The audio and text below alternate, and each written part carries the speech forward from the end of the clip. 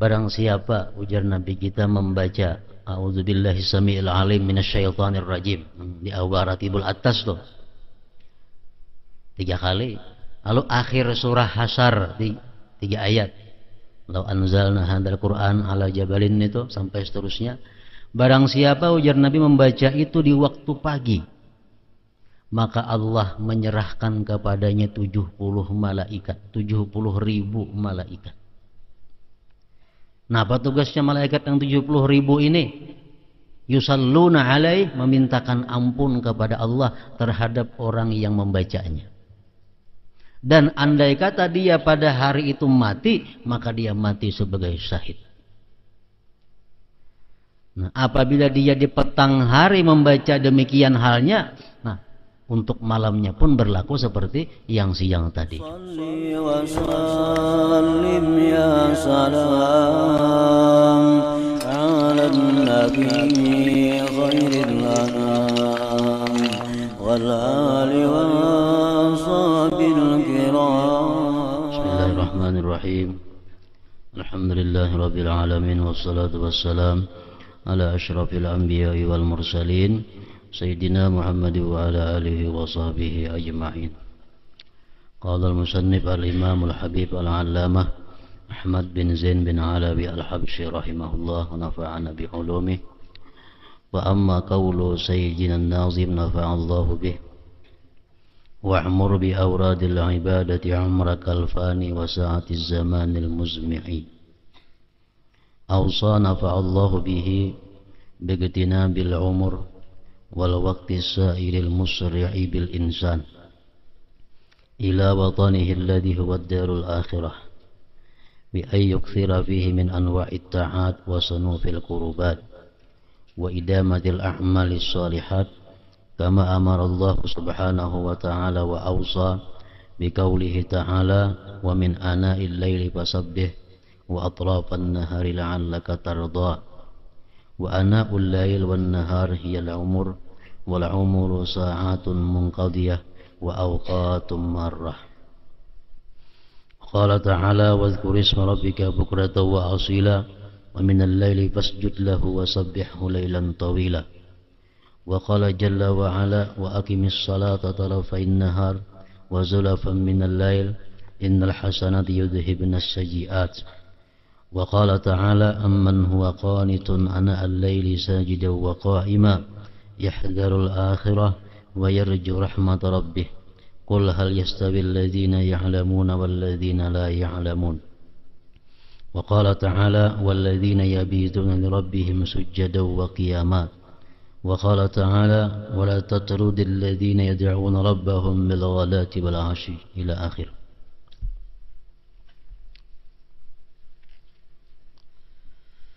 Makna daripada kalam Al-Habib Al-Allamah Ahmad bin Zain rahimahullah wa nafa'ana bi ulumih, mengisi waktu dengan ibadah.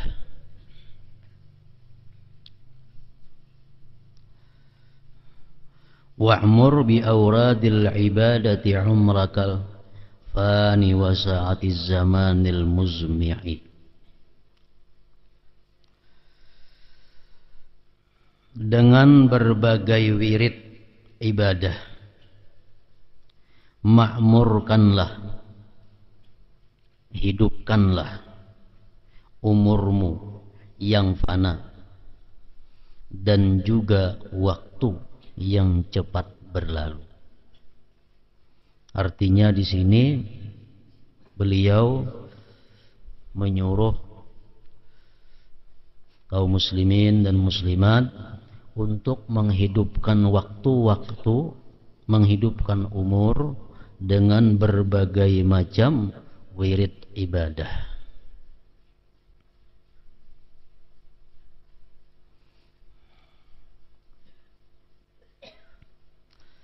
Umur yang diberi berkat oleh Allah Subhanahu wa ta'ala itu ialah umur yang dimanfaatkan untuk ibadah kepada Allah.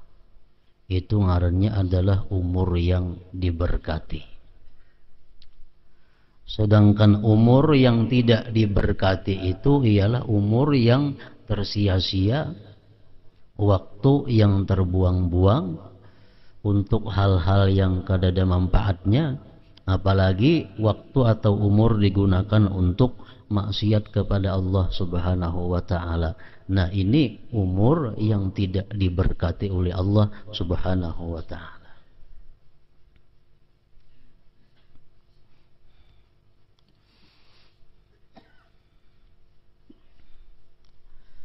Yahya bin Mu'adz, salah seorang aulia Allah, mengatakan, ujar Sidin, sepenglihatanku, sepengetahuanku, manusia itu ada beberapa macam golongan.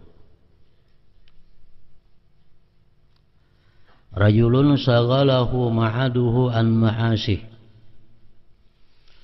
Ada golongan manusia yang sibuk, artinya yang menghabiskan waktunya untuk persiapan-persiapan hari akhirat, sehingga dia tidak sempat lagi mengurusi urusan-urusan yang sifatnya adalah duniawi.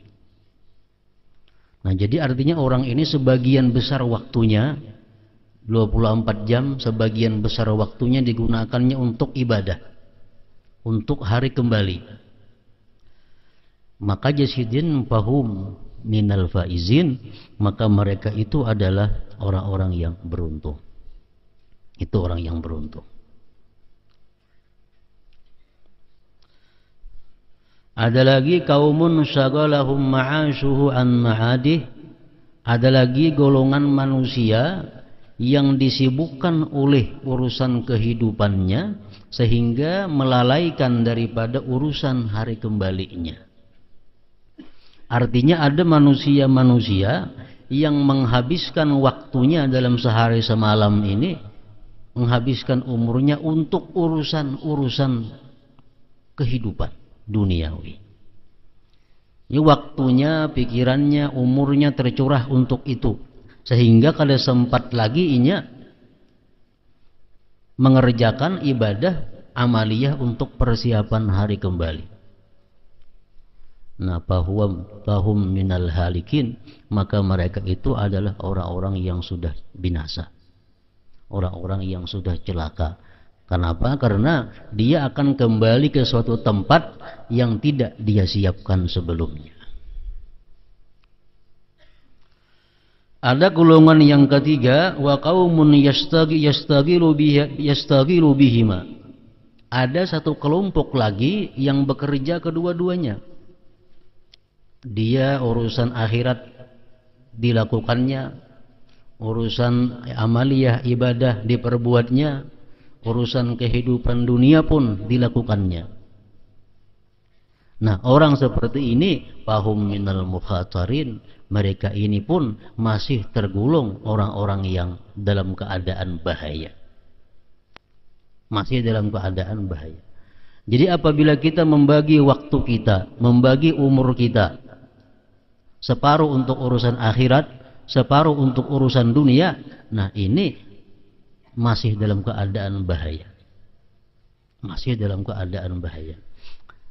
Nang beruntung cuma adalah satu orang nang menghabiskan umurnya itu kebanyakan dalam hal urusan akhirat, sedikit urusan dunia.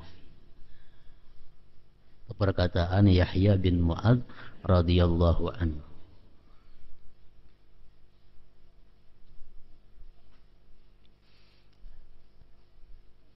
Para ahli tafsir mengatakan bahwa setiap manusia yang berhadapan dengan malaikat maut itu pasti manusia ini minta timpu. Pasti manusia ini minta diberi sedikit lagi umur.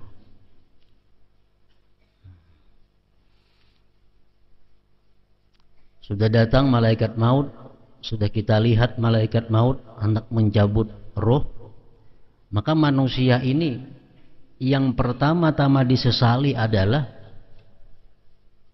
banyaknya waktu yang tersia-sia. Itu yang paling disesali. Banyaknya dahulu waktuku yang terbuang-buang. Nah sekarang sedetik pun minta waktu kada diberi waktu lagi.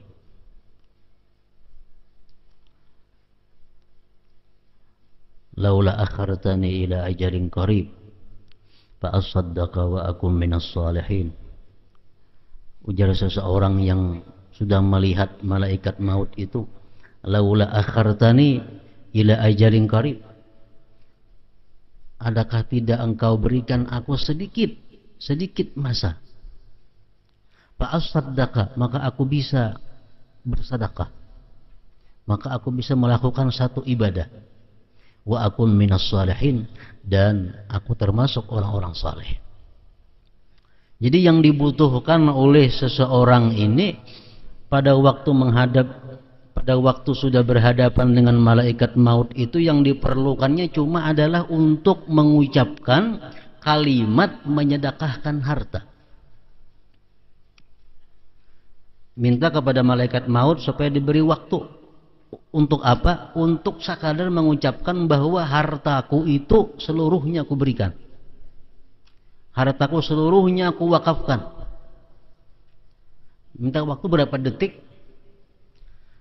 Wala yuakhirallahu nafsan idza jaa ajaluha. Allah tidak akan menunda sedikit pun umur yang sudah sampai batasnya. Allah akan memberi lagi. Jadi yang paling disesali dalam akhirat kaina adalah waktu yang terbuang sia-sia tanpa digunakan ibadah kepada Allah Subhanahu wa ta'ala.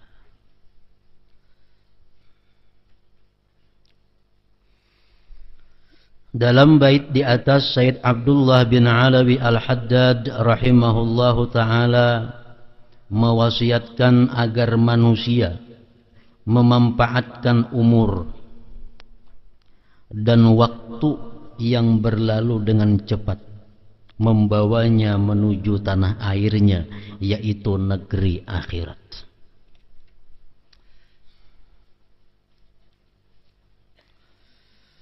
Memanfaatkan umur itu dengan melakukan ketaatan, amal saleh.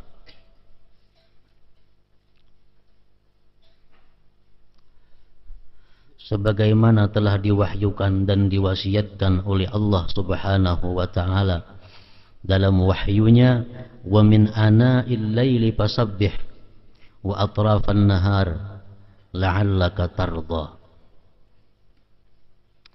Dan bertasbihlah pula di malam dan siang hari supaya kamu merasa senang. Maksudnya merasa senang dengan pahala balasan yang akan diberikan oleh Allah Subhanahu wa ta'ala.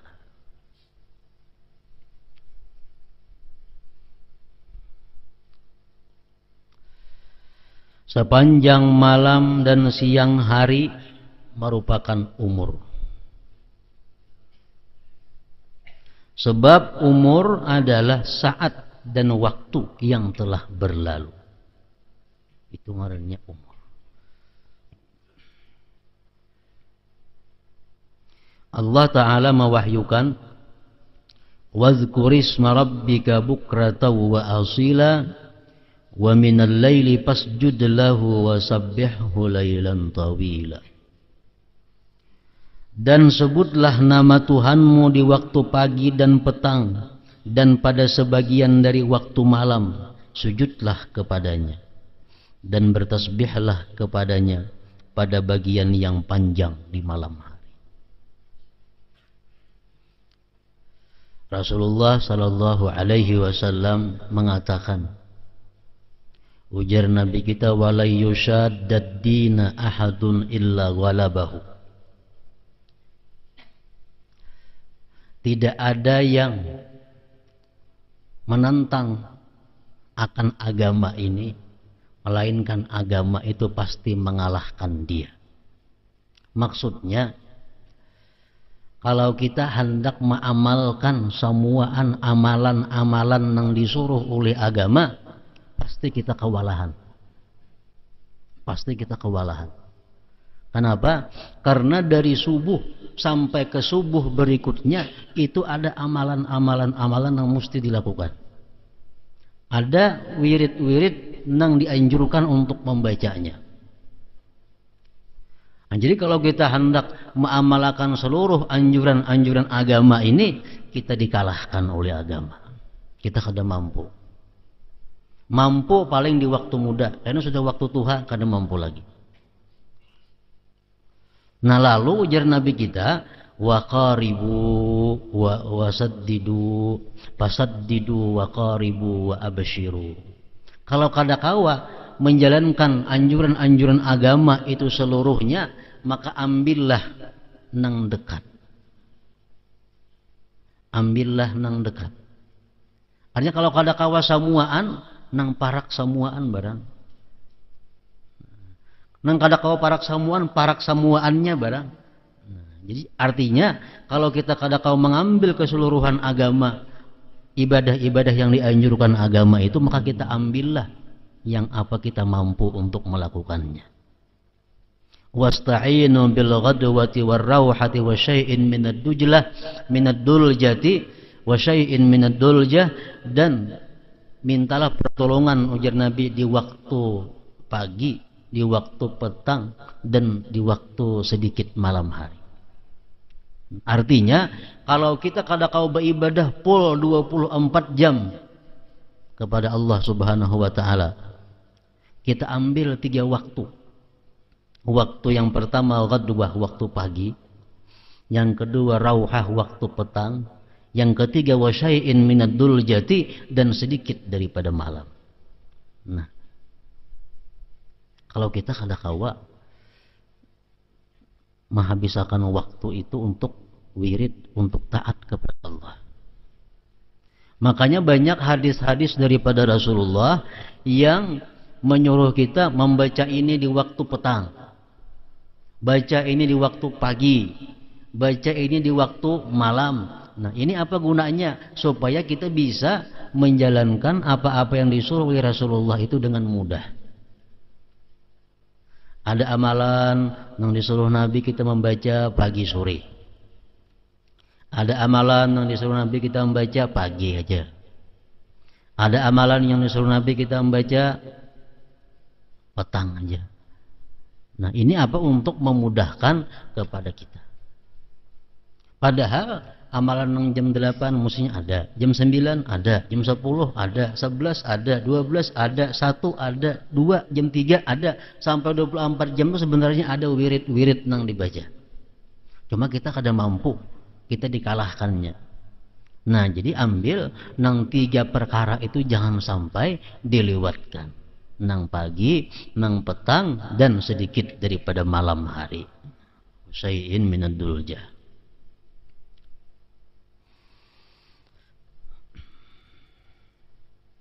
Ada hadis Rasulullah yang artinya barang siapa ujar Nabi kita membaca a'udzubillahi samiil alim minasyaitonir rajim di awal ratibul atas tuh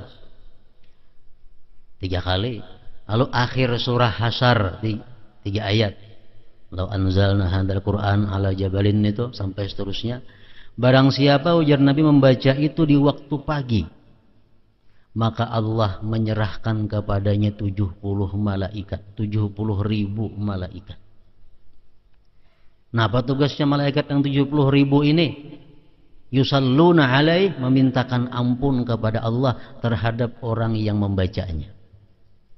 Dan andai kata dia pada hari itu mati, maka dia mati sebagai syahid.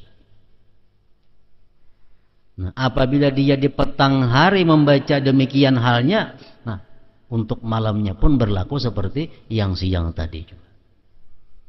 Nah, makanya ini amalan Nabi kita memberi subuh, imbah asar atau imbah maghrib. Imbah asar termasuk petang, imbah maghrib termasuk juga. Jadi amalan yang dibaca sore jar itu boleh imbah maghrib, boleh imbah asar. Nah, jadi kalau kita membaca misalnya a'udzubillahi samiil alim minasyaitonir rajim 3 kali, baca law anzalna sampai habis. Kita baca imbah asar atau imbah maghrib, nah kita diserahi oleh Allah malaikat 70.000 yang memintakan ampun kepada kita. Dan andai kita mati malam ini, kita mati sebagai syahid. Nah, jadi amalan-amalan yang seperti ini jangan dilewatkan lagi. Kenapa? Karena sudah kita kada kawan nang pul 24 jam nang di sini barang kawa. Nah, itu nang besukan lawan kamarian. Ada lagi amalan Rasulullah yang menyuruh kita membaca kamarian. Man qala hina yumsi, siapa yang berkata di waktu petang, raditu billahi rabba wa bil islami dina bi Muhammadin nabiyya.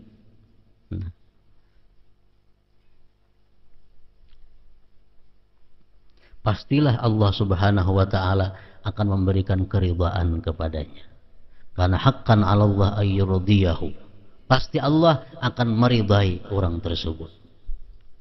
Kalau kita kamarian baca, baik imbah asar atau imbah maghrib, raditu billahi rabba wa bil islami dina wa bi Muhammadin nabiyya, Allah meridai akan dia.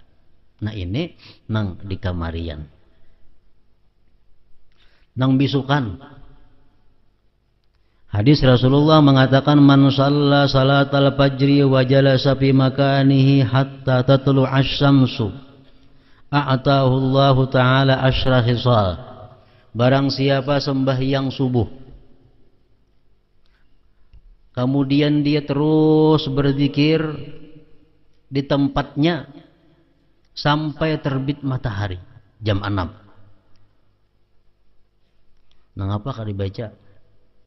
Imam Ghazali membagi dalam kitabnya, hendaknya membaca Quran ada, membaca salawat ada, zikir ada, istighfar ada, sampai jam 6. Baik sembahyangnya berjamaah di masjid atau sembahyang sorangan di rumah, sembahyang subuh, tapi jangan beralih tempat duduk dari situ sampai terbit matahari. Allah akan memberikan dia 10 perkara. Pertama, taubah qablal maut. Diberi Allah tobat sebelum mati.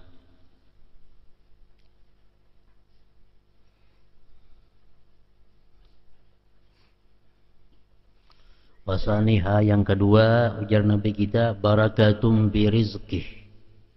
Barakah pada rezekinya. Rezeki yang berberkah ini rezeki yang menolong kita untuk ibadah. Rezeki yang berberkah itu rezeki yang membawa kita kepada taat lawan Allah. Kalau rezeki yang membawa kita kepada maksiat, itu rezeki yang tidak diberkati oleh Allah.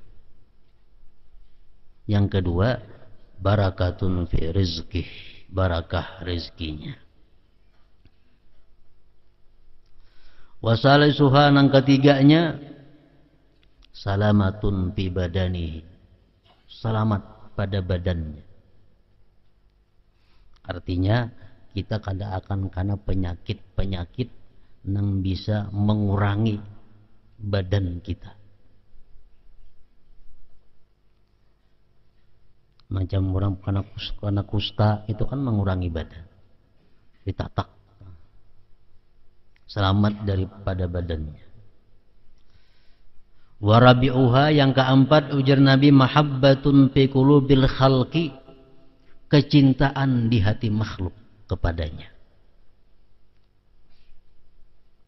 Yang keempat, mahabbatun fi qulubil khalqi. Wa khamisuha, yang kelima, yurfa'u anhu dikul aish, diangkat daripadanya kesulitan hidup, kepicikan hidup. Wasadisuha, yang keenam, yakhruju minad dunya bi kalimatil ikhlas, dia keluar daripada dunia artinya mati mengucapkan kalimat ikhlas, la ilaha illallah. Wasabi'uha, yang ketujuh, yuwassa'u qabruhu, diluaskan kuburnya. Wasaminuha, yang kedelapan, yu'ta kitabahu biyaminih, diberikan kitab catatan amal dengan tangan kanannya. Wa tasi'uha yang kesembilan, yamurru 'ala sirat kal barqil lami', dia lewat di siratal mustaqim seperti kilat yang memancar. Wa ashiruha yang ke-10, yadkhulul jannata bighairi hisab, dia masuk surga dengan tiada hisab. Nah, ini orang nang sembahyang subuh duduk kada alih-alih bacaan, berzikir, berselawat, membaca Quran, membaca tasbih, membaca istighfar sampai terbit matahari. Nah, 10 perkara itu diberi oleh Allah Subhanahu wa ta'ala. Nah, ini amalan yang dianjurkan Nabi kepada kita waktu beisukan. Ada hadis lain lagi, sembahyangnya berjamaah. Sembahyangnya berjamaah dan duduk kada berpindah pada situ, bacaan berzikir sampai terbit matahari, kemudian dia sembahyang isyraq 2 rakaat, hanya buliknya ke rumahnya. Nah, itu dapat 10 perkara ini juga, ditambah lagi pahala haji yang mabrur, sempurna ujar Nabi kita.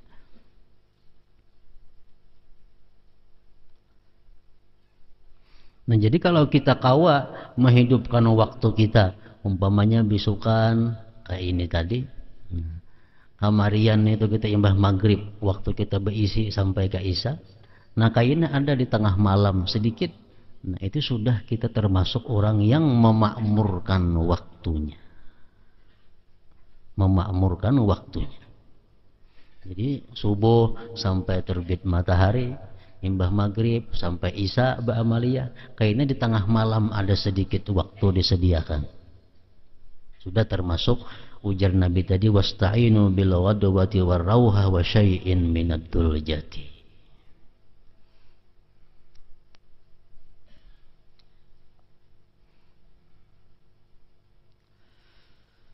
Allah Jalla wa Ala berfirman, wa aqimis salata tarafain nahar wa zulafan minal lail innal hasanati yudhibnas sayyiat.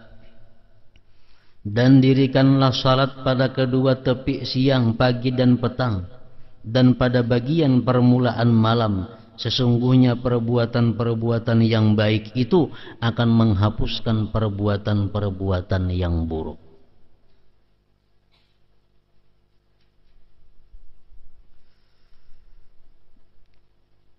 Ini wa aqimis shalah tarafain nahar wa zulafan minal lail adalah sembahyang 5 waktu maksudnya.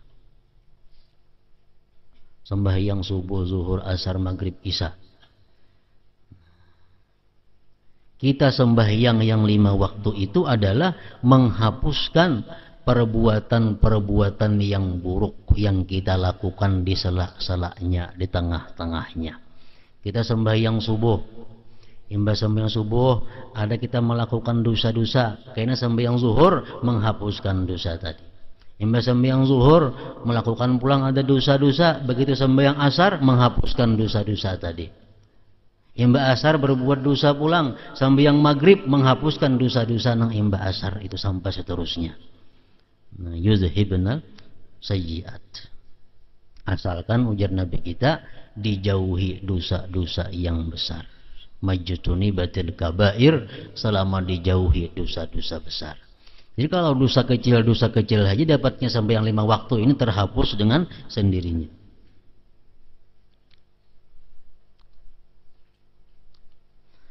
Menghapuskan perbuatan-perbuatan yang buruk. Amman huwa qanitun ana al-laili sajidan wa qa'ima yahdharul akhirata wa yarju rahmata rabbih qul hal yastawi alladhina ya'lamuna walladzina la ya'lamun. Apakah kalian wahai orang-orang musyrik yang lebih beruntung, ataukah orang yang beribadah di waktu malam dengan sujud berdiri sedang ia takut akan siksa akhirat dan mengharap rahmat Tuhannya? Katakanlah, apakah sama orang-orang yang mengetahui dengan orang-orang yang tidak mengetahui? Ini ayat adalah menganjurkan kepada kita untuk sembahyang di malam hari.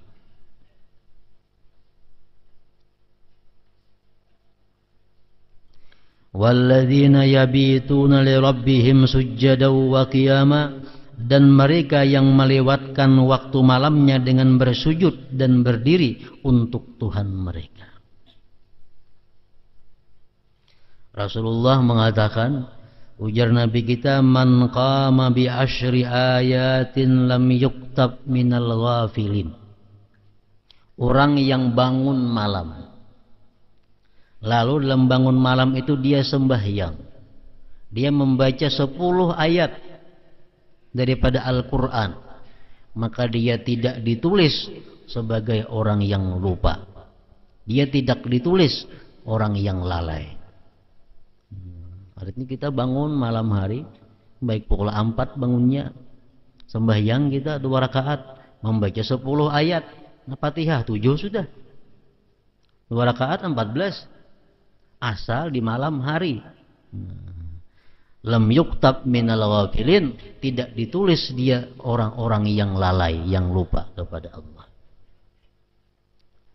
Wa man qama bi mi'ati ayah kutiba minal qanitin. Kalau dia bangun malam lalu dia membaca sempat 100 ayat daripada Al-Quran, maka dia ditulis sebagai orang-orang yang taat kepada Allah Ta'ala. Dia dicatat sebagai orang-orang yang taat kepada Allah. Wa man qama bi alfi ayah kutiba minal muqantarin.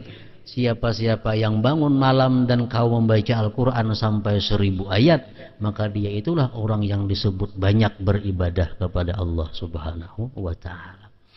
Nah, jadi untuk terhindar supaya jangan kita dicap oleh Allah orang yang lalai, yang lupa kepadanya, artinya minimal 10 ayat di tengah malam itu yang dibaca. Lam yuktab minal ghafilin, dia kada ditulis sebagai orang yang lalai.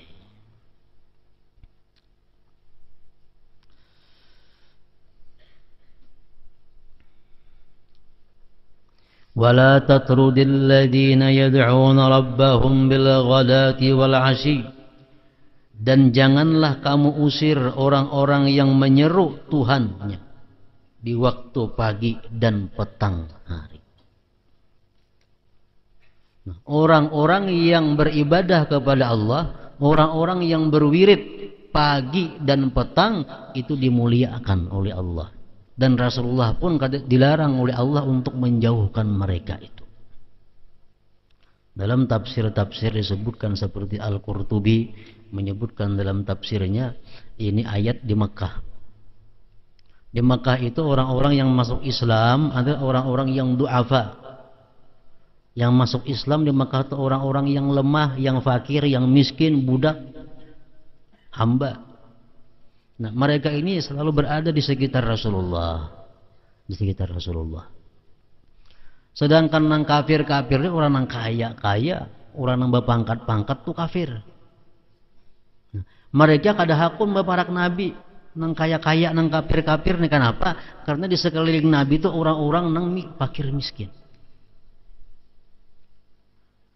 Lalu mereka mengusul kepada Rasulullah, wahai Muhammad, kami hakun bakawan lawan ikam, kami hakun dekat lawan ikam, asalkan dulu ikam jauhkan orang-orang fakir itu dari sisi engkau. Allah menurunkan ayat, jangan hai Muhammad, jangan turuti kemauan mereka itu. Wala tatrudil ladzina yad'una rabbahum bil ghadati wal 'ashi. Jangan kau usir mereka-mereka yang beribadah kepada Allah di waktu pagi dan petang. Artinya orang yang beribadah di waktu pagi dan petang sudah dapat kehormatan daripada Allah Subhanahu wa ta'ala. Apalagi tambahan daripada pagi dan petang itu.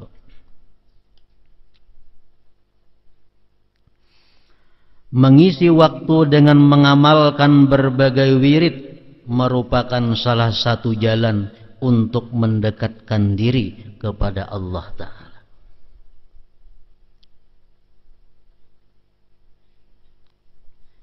Wirid, menurut sebagian ulama, wirid itu artinya amal ibadah, sesuatu yang kita lazimkan hari-hari.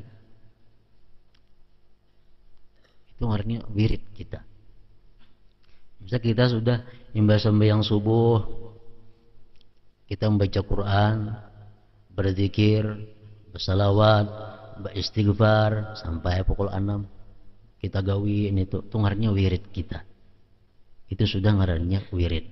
Mbah maghrib membaca 7 surah dan lain-lain sampai isya, itu sudah kebiasaan kita, ngarannya adalah wirid. Nah, sesuatu yang sudah dijadikan wirid itu disunatkan kita mengqadanya kalau kita ketinggalan. Karena sesuatu kesibukan, sesuatu keuzuran, ketinggalan, kita dianjurkan untuk membayarnya, mengqadanya di waktu yang lain. Mengisi waktu dengan mengamalkan berbagai wirid merupakan salah satu jalan untuk mendekatkan diri kepada Allah Ta'ala. Imam Al-Ghazali rahimahullah telah menjelaskan masalah ini secara terperinci dalam berbagai kitabnya, terutama dalam Ihya bab Tartibul Aurat.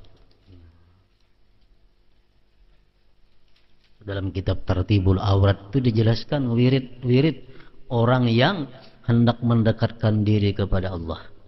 Mulai pagi sampai ke pagi berikutnya. Ada wirid-wiridnya, ada bacaan-bacaannya, ada amaliyah-amaliyah yang dilakukan.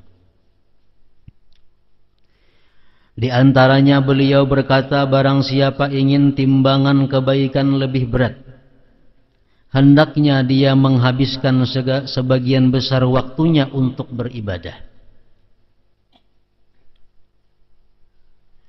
Barang siapa ingin masuk surga tanpa hisab perhitungan, maka hendaknya dia menghabiskan waktunya untuk melakukan berbagai ketaatan kepada Allah.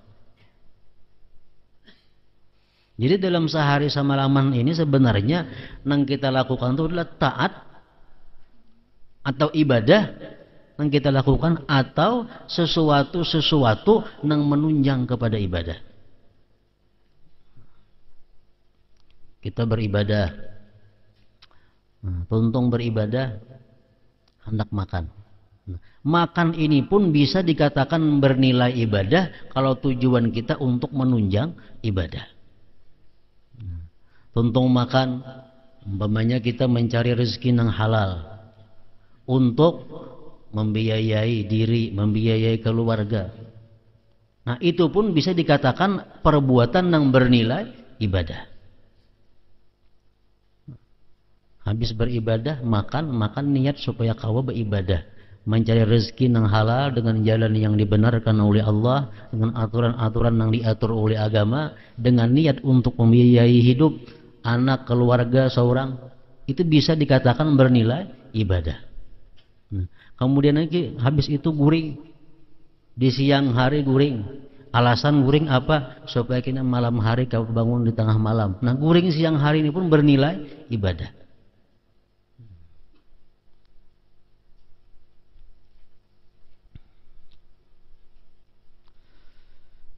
Hendaknya dia menghabiskan sebagian besar waktunya untuk beribadah. Barang siapa ingin masuk surga tanpa hisab perhitungan, maka hendaknya dia menghabiskan waktunya untuk melakukan berbagai ketaatan kepada Allah Subhanahu wa Ta'ala. Nah, macam bini-bini sembahyang subuh, tuntung sembahyang subuh gana di basah hafal sampai kayaknya pukul 6. Nah, semacam itu digawi. Bila bini-bini ini dapat melaksanakan macam itu, dapat 10 perkara daripada Allah tadi sudah. Tobat sebelum matinya, berkah rezekinya, semuaan tadi 10 macam. Nah, tuntungan itu karena bini-bini apa digawe?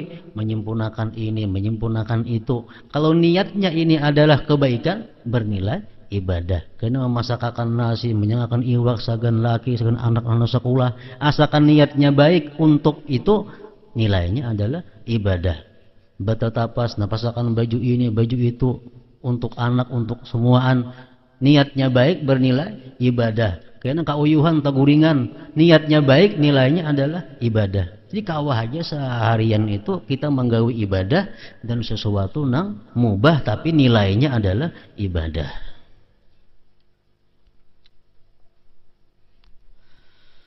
Orang yang amalnya bercampur sebagian baik dan sebagian buruk, nah maka keadaannya sangat mengkhawatirkan.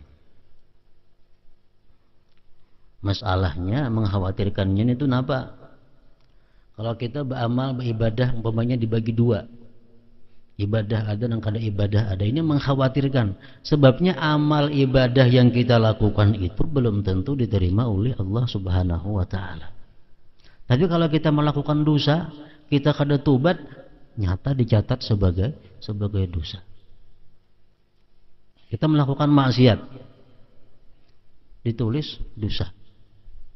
Kalau kita tobat, amun diterima Allah tobatnya, ya dihapus berusia kada diterima. Makanya itu dalam bahaya, mengkhawatirkan. Akan tetapi dia tidak boleh berputus asa. Orang yang selama ini hidupnya banyak maksiat, banyak menghabiskan waktunya dalam hal-hal yang kada bermanfaat, itu kada boleh berputus asa. Semoga dengan kemurahannya Allah mengampuninya.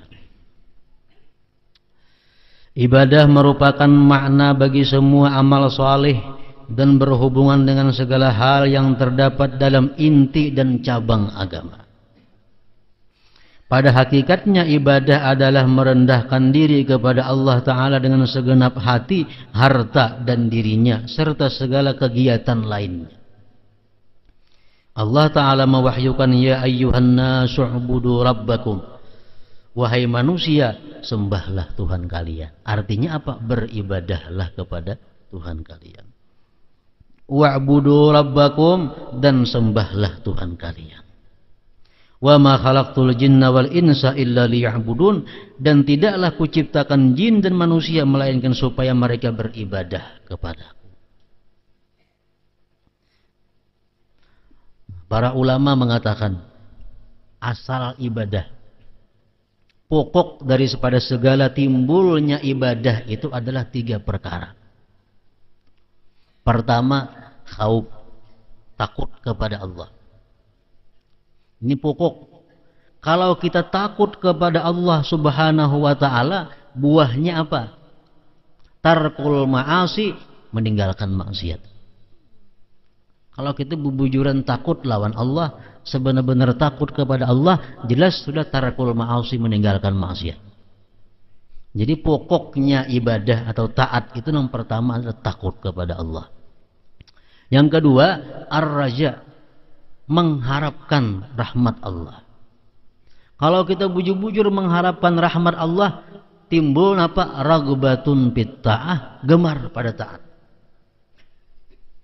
Coba yang tadi, hadis Nabi tadi, kalau kita sembahyang subuh, kemudian duduk di sajadah itu bebacaan sampai terbit matahari, Allah akan memberikan 10 perkara. Nah, ke-10 itu adalah rahmat daripada Allah. Kalau kita kepingin lawan yang 10 perkara itu, otomatis gemar dalam taat. Kalau kita kepingin, kalau kita mengharapkan dapat 10 perkara tadi, pasti kita gemar menggawin itu, melaksanakannya. Sembahyang subuh, bacaan sampai timbul matahari. Nah, amun kita kadada kegemaran kepada rahmat Allah, kita kadada kepingin kepada janji-janji baik Allah, kayak apa aja kadada kegiatannya, kadada kerajinannya, kegemarannya untuk taat kepada Allah. Orang mengamalkan ini, nah jangan masuk surga matinya. Munnya kada kepingin surga, kadanya manggawi. Orang yang mengamalkan ini 3 kali bisukan, 3 kali kamarian masuk surga. Inya kada kepingin surga, kada digawinya. Tapi kalau inya kepingin lawan surga, surga itu adalah rahmatnya Allah, tagawi itu. Tagawi. Nah, jadi pokok taat ibadah itu yang kedua adalah mengharapkan rahmat Allah. Yang ketiga, pokoknya ibadah itu adalah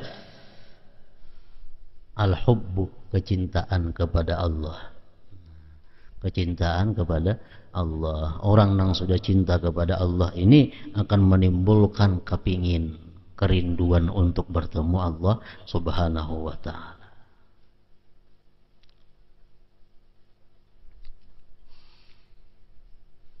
Sebagaimana ujar ba'du salaf tadi mengatakan, asal taat tadi ada 3, asal pokok maksiat pun ada 3.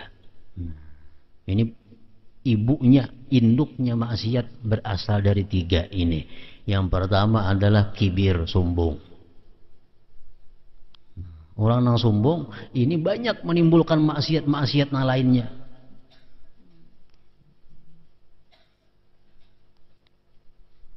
Yang kedua, al-hirs, tamak. Sifat tamak ini banyak menimbulkan maksiat. Mau mencuntan, tamak.